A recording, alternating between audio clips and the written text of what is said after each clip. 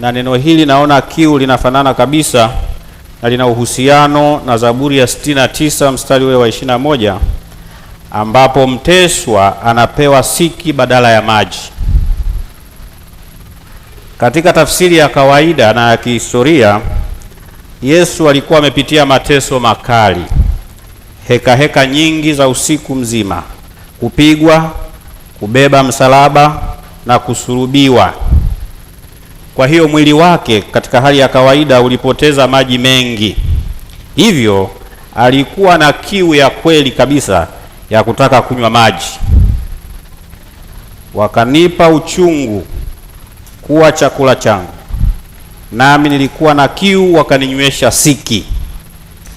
Maneno haya yanaonyesha kwamba hata katika mateso Yesu alikuwa anatimiza mpango wa Mungu kikamilifu, kwa sababu ni jambo ambalo lilikuwa limeahidiwa na Mungu tangu hapo awali.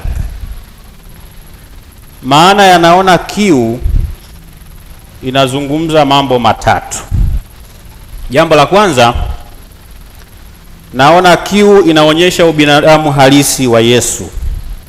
Yesu anaonyesha kwamba alikuwa mwanadamu kamili, alipata maumivu, uchovu na kiu kama sisi. Hii inatukumbusha kwamba Mwokozi wetu Yesu Kristo anaelewa mateso ya kibinadamu. Lakini jambo la pili ni utimilifu wa maandiko. Kama nilivyokwisha kusema, Yesu hakusema tu kwa sababu ya maumivu, bali pia alisema kutimiza neno la Mungu. Hii inaonyesha utii wake kamili kwa mapenzi ya Mungu. Anaona kiu ya kuwaokoa wanadamu. Yesu alikuwa na kiu ya kuona watu wanapata ukombozi ili baadaye wapate uzima wa milele. Tunajifunza nini katika neno hili naona kiu? Moja, Yesu anaelewa mateso yetu.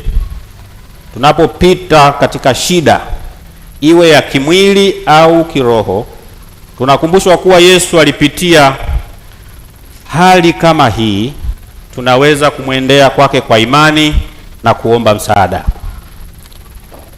Pili, tunajifunza kuhusu utii hata katika mateso. Yesu alibaki mwaminifu mpaka mwisho. Hivyo nasi tunaitwa kubaki waaminifu kwa Mungu hata katika nyakati ngumu. Bwana Yesu asifiwe. Na mwisho, kujali mahitaji ya wengine. Yesu alipoonyesha kiu, watu walipaswa kuitikia. Hii inatufundisha kuwa na huruma kwa wenye mahitaji ya mwili au ya kiroho.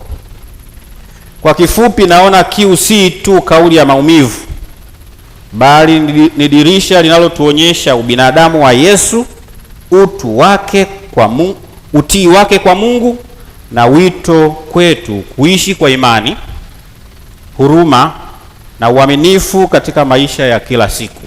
Kwa jina la Baba na Mwana na Roho Mtakatifu.